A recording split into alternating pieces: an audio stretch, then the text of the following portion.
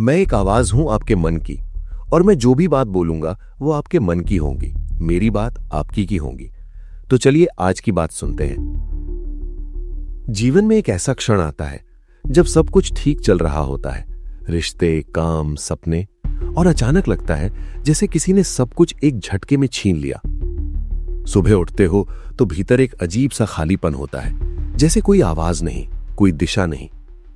तुम खिड़की से बाहर देखते हो, दुनिया वैसे ही चल रही है, बसें जा रही हैं, लोग हंस रहे हैं, लेकिन तुम्हें लगता है कि ये सब किसी और की दुनिया है, तुम्हारी नहीं।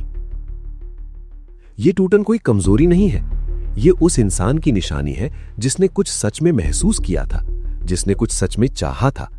और इसीलिए आज हम उस सबसे पुरानी, सबसे गहरी बात की ओर चलते हैं जो हमारे ऋषियों ने हजारों साल पहले कही थी और जो आज भी उतनी ही सच है।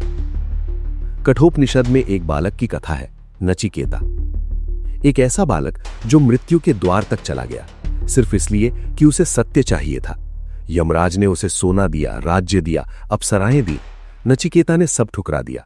उसने कहा, नित्यम अनित्येन लब्धव्यम किम, अर्थात जो चीजें खुद नश्वर है उनसे मैं शाश्वत को कैसे पा सकता हूं। यह सिर्फ एक बालक की जिज्ञासा नहीं थी, यह उस आत्मा की पुकार थी जो ये जान चुकी थी कि बाहर की दुनिया में जो भी मिलता है वो एक दिन छिन जाता है, और जब वो छिनता है तब असली प्रश्न जन्म लेता है, मैं कौन हूं, मेरे भीतर क्या है जो कभी नहीं टूटता। तुमने भी शायद यही महसूस किया होगा, जब कोई रिश्ता टूटा, जब कोई सपना चूर हुआ, जब किसी ने तुम्हें वहां अकेला छोड़ दिया जहां तुम्हें किसी की सबसे ज्यादा जरूरत थी। उस रात तुमने जो दर्द महसूस किया, वो दर्द इस बात का प्रमाण था कि तुम्हारे भीतर कुछ बहुत गहरा है।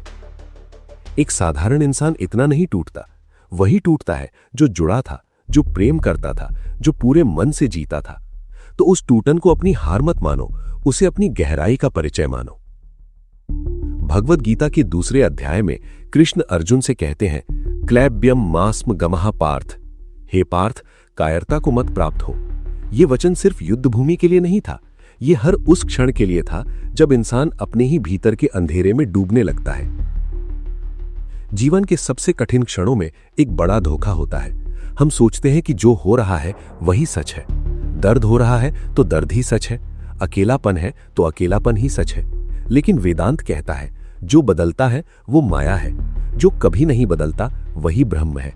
और तुम्हारे भीतर जो चेतना है, जो इस दर्द को देख रही है, जो इस अंधेरे को महसूस कर रही है, वो स्वयं कभी नहीं टूटती। जब तुम कहते हो मुझे दर्द हो रहा है, तो मैं और दर्द दोनों अलग है।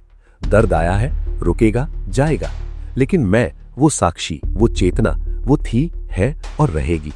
यही वो धागा है जिसे पकड़कर हर टूटा हुआ इंसान फिर खड़ा हो सकता है। रामचरितमानस में एक प्रसंग है जो बहुत कम लोग इस दृष्टि से देखते हैं।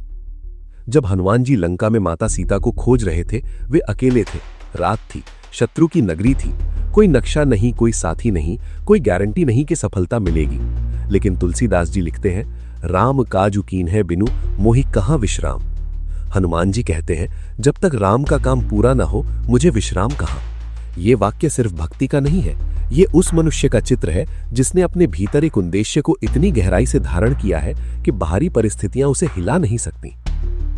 जब तुम्हारे भीतर एक सच्चा उद्देश्य हो तो अंधेरी रात भी रास्ता नहीं रोक सकती। और यहीं पर वो प्रश्न आता है जो सबसे जरूरी है, तुम्हारा उद्देश्य क्या है। ये प्रश्न बड़ा लगता है, भारी लगता है, लेकिन इसका उत्तर हमेशा बहुत सरल होता है। जो काम करते हुए तुम समय भूल जाते हो, जो करते हुए तुम्हें किसी की तारीफ की जरूरत नहीं पड़ती, जो करते हुए तुम्हारे भीतर एक शांत आग जलती है, वही तुम्हारा धर्म है, वही तुम्हारा उद्देश्य है। गीता कहती है, श्रेयान स्वधर्मो विगुणः पर धर्मात् स्वमष्ठितात्। अपना धर्म भले ही अपूर्ण हो, दूसरे के धर्म से श्रेष्ठ है। इसका अर्थ यह है कि दुनिया की नकल करके जीना, दूसरों जैसा दिखने की कोशिश में खुद को खो देना, यही सबसे बड़ा भटकाव है। तुम्हारी अपनी आवाज, तुम्हारा अपना रास्ता, वही तुम्हें भीतर से जीवित रखता है। लेकिन उद्देश्य को जानना और उस पर चलना, इन दोनों के बीच एक बड़ी खाई होती है, और उस खाई का नाम है भय। भय कि लोग क्या सोचेंगे, भय कि असफल हो गए तो, भय कि जो थोड़ा बचा है वो भी ना चला जाए। ये भय स्वाभाविक है, ये हर उस इंसान को होता है जो कुछ सच में करना चाहता है। लेकिन कठोपनिषद फिर याद दिलाता है, उत्तिष्ठत जागृत प्राप्य वरान निबोधत। उठो, जागो और श्रेष्ठ को प्राप्त करने तक रुको मत। ये आदेश नहीं है, ये उस सोई हुई शक्ति का आह्वान है जो तुम्हारे भीतर पहले से है। तुम्हें कुछ नया बनना नहीं है, तुम्हें बस वो हटाना है जो तुम नहीं हो। जीवन में जो सबसे बड़ी भूल हम करते हैं वो ये है कि हम अपनी तुलना दूसरों से करते हैं। वो आगे निकल गया, उसके पास ये है, उसे ये मिला, और इस तुलना में हम अपनी ही यात्रा से अनजान हो जाते हैं। लेकिन सोचो, नदी कभी पहाड़ से ये नहीं पूछती कि मैं तुम जैसी ऊंची क्यों नहीं। नदी बस बहती है अपने स्वभाव से, अपनी दिशा में, और वो पहाड़ को भी पार कर लेती है, घुमाव लेकर, धैर्य से। तुम्हारी यात्रा भी ऐसी ही है। किसी और की गति से तुम्हारी मंजिल नहीं नापी जाती। तुम्हारे कदम छोटे भी हो तो भी वो तुम्हारे हैं, और हर कदम तुम्हें उस ओर ले जा रहा है जहां तुम्हें जाना है। और जब थकान हो, जब लगे कि अब और नहीं चला जाता, तब एक काम करना, चुप हो जाना, बस थोड़ी देर के लिए। कोई विचार नहीं, कोई योजना नहीं, कोई चिंता नहीं, बस सांस लेना और महसूस करना कि तुम हो। ये जो होना है, यही सबसे बड़ी शक्ति है। मांडुक्य उपनिषद कहता है, अयम आत्मा ब्रह्म। ये आत्मा ही ब्रह्म है। जब तुम उस चुप्पी में उतरते हो तो तुम उस शक्ति से जुड़ते हो जो सृष्टि की जड़ में है। वो जुड़ाव ही असली विश्राम है, असली ऊर्जा है।